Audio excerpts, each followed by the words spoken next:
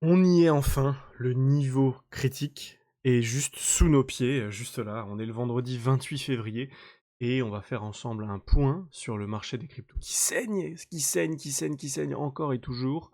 On va voir ça ensemble dans cette vidéo. Où est-ce qu'on en est? Qu'est-ce qu'on peut espérer du marché? Quelles sont les opportunités à venir? On va voir tout ça dans cette vidéo. Juste avant ça, comme d'habitude, bienvenue à toutes les nouvelles personnes qui se sont abonnés. J'espère que tout le monde quand même va bien, garde le sourire dans un marché qui saigne et qui a du mal à trouver son bottom. Mais on va voir ensemble les indications, les indicateurs à regarder pour ne pas tomber non plus trop dans je dirais, l'euphorie ou la dépression rapide en disant je veux absolument que ça bouge, il faut vite, il faut vite, il faut vite.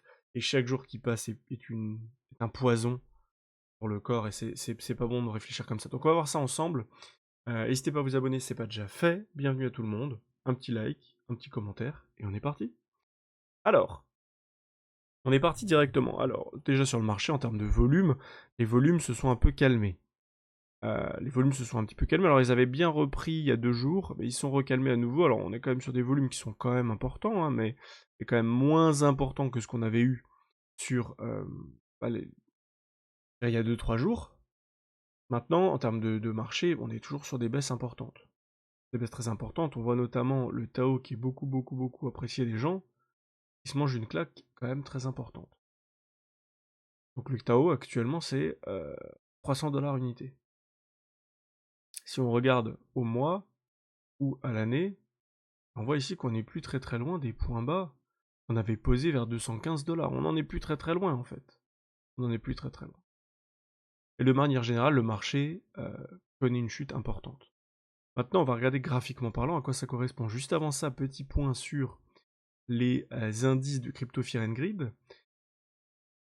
Ici, on est dans la peur. On rentre dans la peur extrême.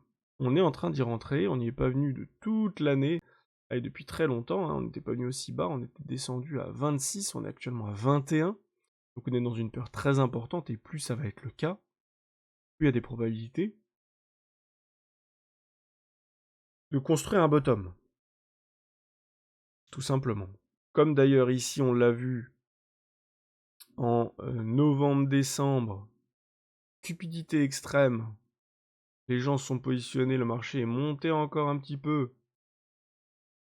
Deuxième cupidité, Narcisse, au revoir, ça part.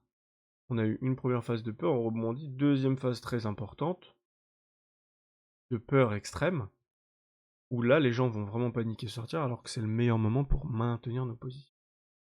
Maintenant, si et encore faut-il maintenir les bonnes positions, bien évidemment.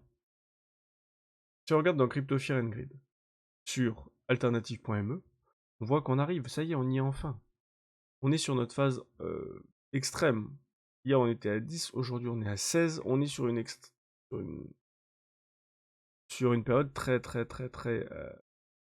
basse en termes, je dirais, de sentiment de marché, très fébrile, et on est sur le sentiment de marché le plus faible, encore une fois, sur cet indicateur aussi, par rapport à ce qu'on a connu cet été. Si on regarde par rapport à toujours, on est également sur des niveaux très faibles. On a été descendu plus, encore 10, 11, 12, 6. Pareil ici, vers 12. Ici, très bas également. Je sais pas combien on était, j'arrive pas à trouver, mais on est très bas, 14. C'est 2019. 2020, on descend à 9.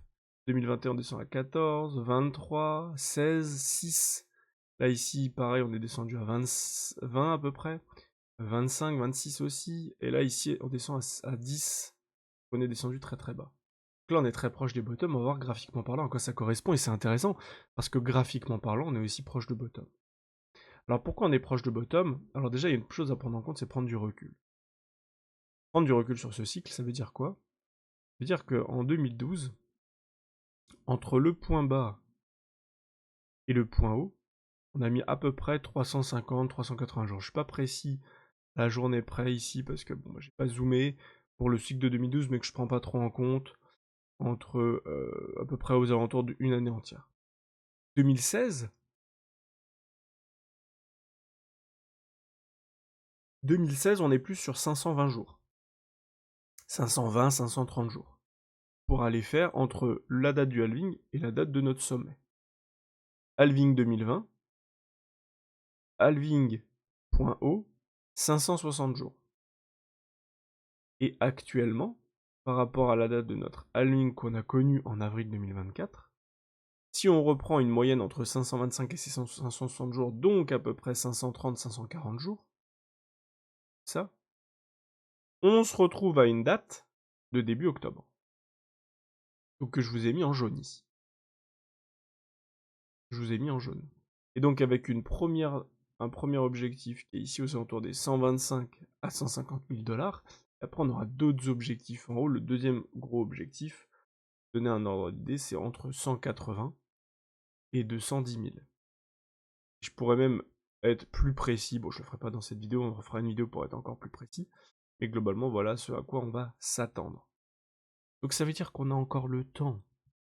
On a encore le temps. Maintenant, il y a une autre chose à prendre en compte également, c'est l'évolution de notre marché.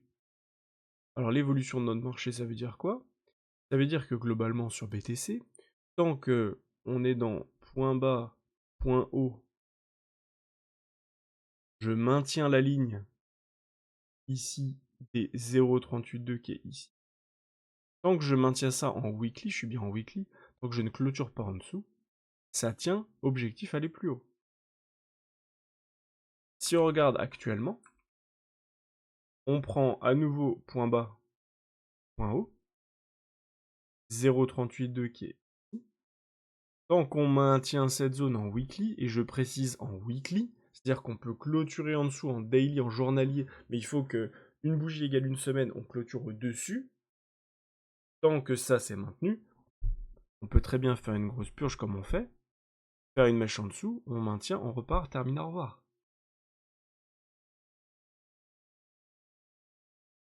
Donc ça, il faut pas l'oublier. Ça, c'est très important à prendre en compte. C'est très important. Donc maintenant, on va regarder le reste. BTC court terme. Ensuite, on va regarder Ethereum, Solana, INJ. Et également des infos sur les fundings et les liquidations. Alors d'ailleurs, on peut regarder les liquidations qui vont être en rapport avec ça sur BTC. Alors ici, ce qu'on trouve très intéressant, c'est que on a eu gros mouvement baissier. Les rebonds sont très faibles, gros mouvement baissier, rebond très faible, gros mouvement baissier, rebond très faible, gros mouvement baissier. On a identifié nos zones de rebond, imbalance daily, imbalance weekly. Et surtout, si je prends du recul, alors là on a beaucoup d'infos, mais c'est pas très très grave, et que je repositionne ça, on va essayer de gagner en clarté en zoomant un petit peu, comme ceci. On a un énorme trou dans le volume profile qui est juste là. Juste ici. Là. Donc ça va agir comme un aimant, cette zone. Droit.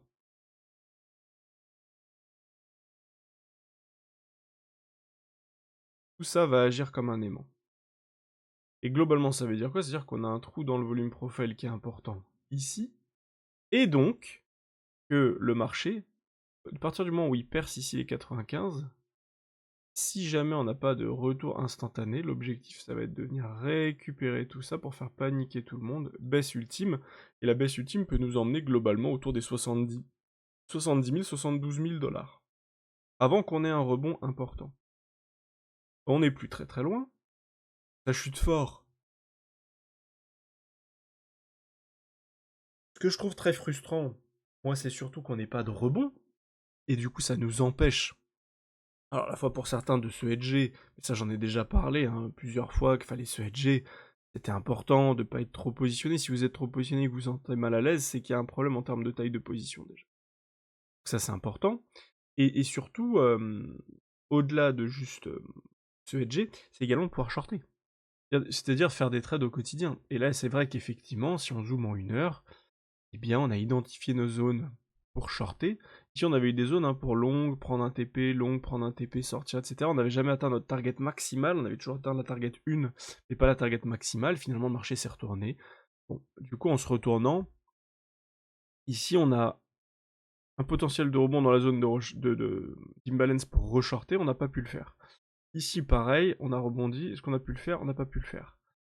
Ici à nouveau, baisse. Là pour le coup on est venu dans toute cette zone, ici on a eu des setups de short. À nouveau ici, rebond, est-ce qu'on a des setups? Non. Et là, à nouveau, on baisse. Donc là, ça y est, on arrive dans notre zone premium, entre 73 660 et 79 et 80 261, pardon. 73 600, 80 260. On est dans notre zone. À l'intérieur de cette zone, on va chercher à ce que le marché commence à se calmer, faire quelque chose comme ça. Et s'il se calme, qu'on diverge là-dedans sur cette baisse, là, typiquement, on sera capable d'aller identifier ça sur le MACD ou sur le RSI pour ceux qui utilisent le RSI. Personnellement, j'utilise le MACD. Mes élèves en trading utilisent également le MACD, formés pour faire des trades au quotidien. Et là, ce qu'on voit, c'est qu'effectivement, on va avoir un marché qui va potentiellement se calmer dans cette zone, rebondir, refaire peut-être une attaque baissière, et c'est ce qu'on aimerait voir, un nouveau point bas, avec un MACD qui lui va remonter et baisser moins fort, divergence sur le MACD avec un cours qui baisse plus, un MACD qui baisse moins, et à ce moment-là, trouver un setup de longue pour retrouver de la force acheteuse, soit long terme en daily, soit plus court terme en 1 heure, ou encore une fois sur des unités de temps plus faibles, pour avoir des rebonds. En termes de rebond, ici, on est sur cette zone. Pour le moment, c'est tout ce qu'on peut espérer. Et ça nous va très bien. L'objectif de rebond actuellement, c'est ça. C'est-à-dire que si on diverge, qu'on pose un bottom local, pas final mais local, l'objectif va être de faire un long, un stop en dessous, TP au milieu de notre imbalance. Et d'aller chercher 4%. 2%, 1%, 3%, à droite à gauche, en attendant tous ceux qui disent que ça n'intéresse pas de faire ça, en attendant, ils voient leur capital fondre comme neige au soleil sur leur partie investissement, parce que malheureusement ils ont investi au mauvais moment. Bon, ça c'est pas très grave, je veux dire, quand on démarre, c'est normal.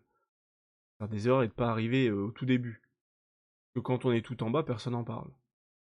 Par contre, à côté, dommage qu'ils aient pas un capital de trading, puisque c'est votre capital de trading, je vous le rappelle, qui va vous permettre de faire des gains de manière régulière, de manière quotidienne. L'investissement, c'est du long terme. C'est-à-dire que je mets une somme, imaginons 10 000, pendant 2 ans, au bout d'un moment, je vais récupérer mes billes.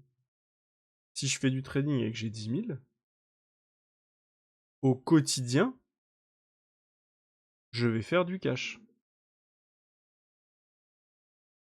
Je peux en perdre aussi, bien évidemment.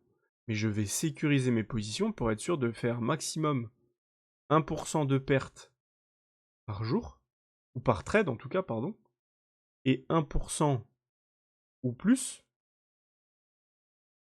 de gain. Et la différence, elle est colossale.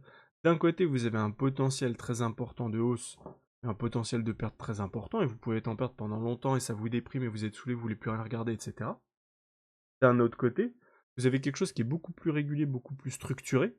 Vous avez une perte qui est extrêmement bien calculée, et qui est, ne peut pas être plus importante que ce que vous avez défini.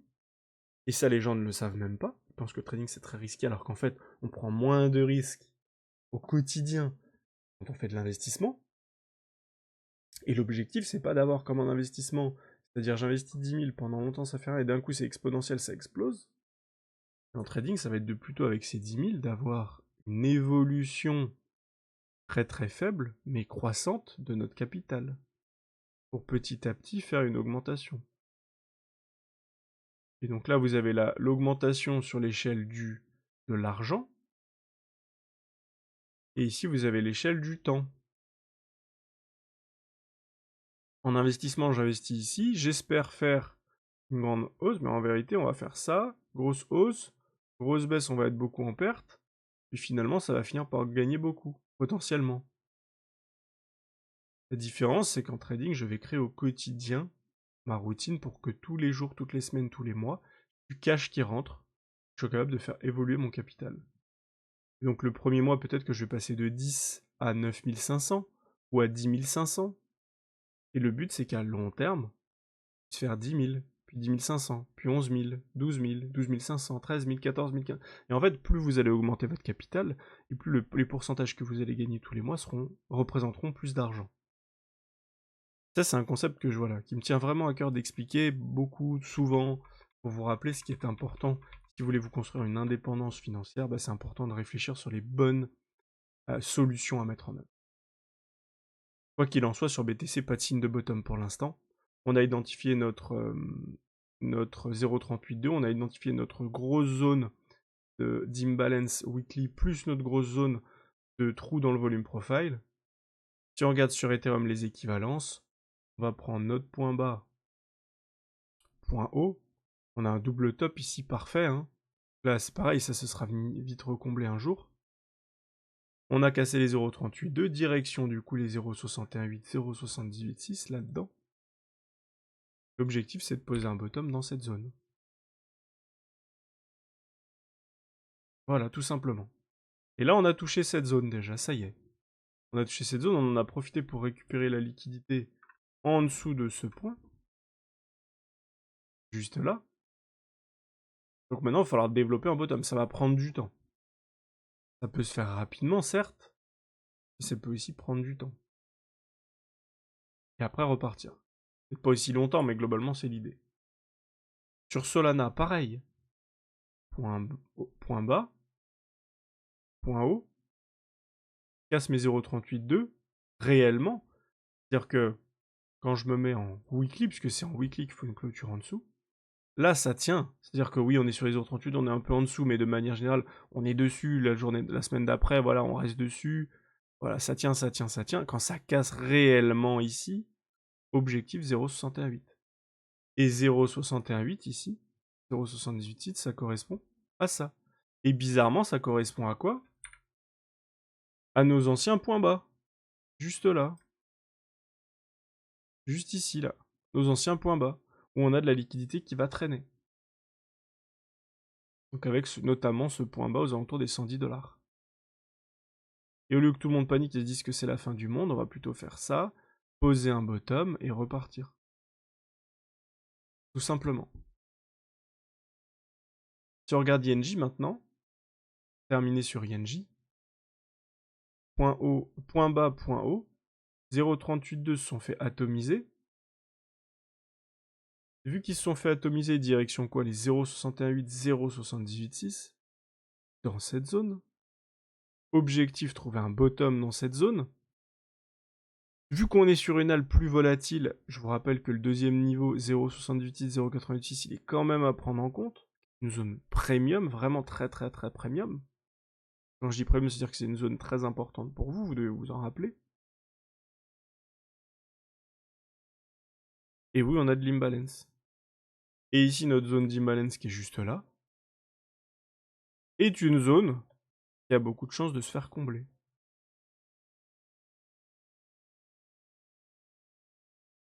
J'ai comblé, j'ai ajouté 2 semaines ensemble, donc je mets une double weekly.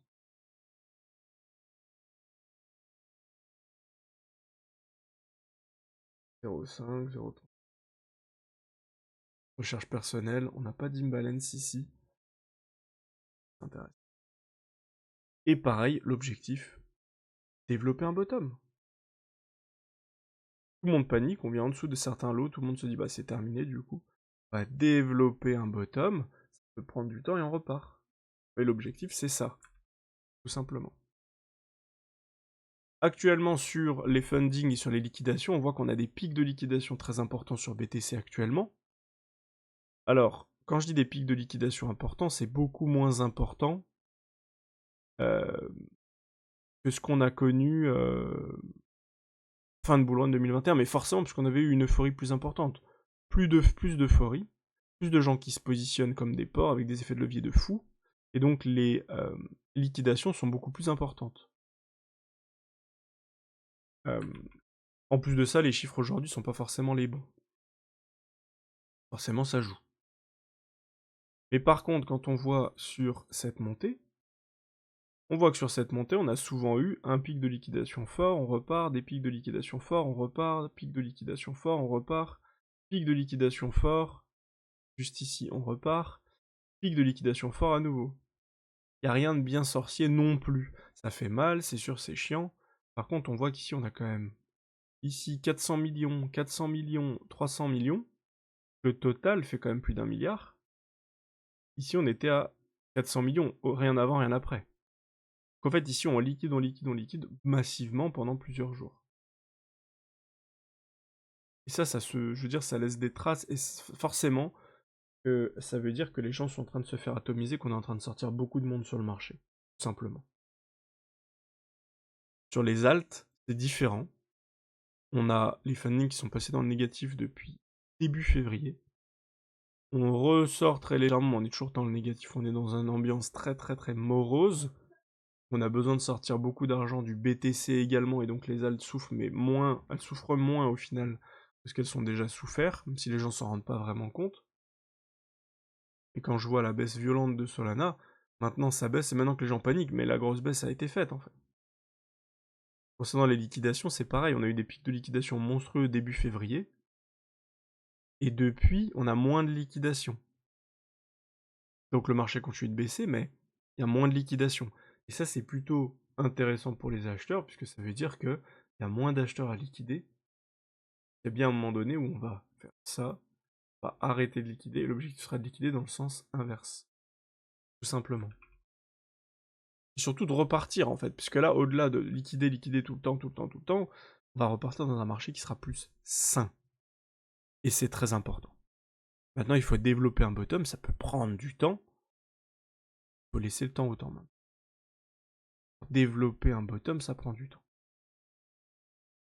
Donc voilà ce que j'avais à vous partager pour cette vidéo, j'espère que ça vous aura plu. Pour faire une mise à jour du marché actuel, de voir où on en est. On va attendre dans les prochains jours, déjà ce week-end, de voir ce qui se passe. Et puis dès lundi, on fera un point ensemble pour voir où est-ce qu'on en est, s'il y a des choses à avoir, pas à avoir, qu'est-ce qui se passe, etc. Est-ce qu'on a des rebonds importants, pas de rebonds, on va voir tout ça ensemble. Je vous souhaite une belle journée, je vous souhaite un bon week-end, prenez du temps pour vous, prenez du recul, et dites-vous bien que plus les gens sont négatifs, sont pessimistes, et plus le crypto fear and greed est bas, et plus le rebond est proche. Je vous souhaite une belle journée, et je vous dis à très vite pour une prochaine vidéo. Ciao ciao.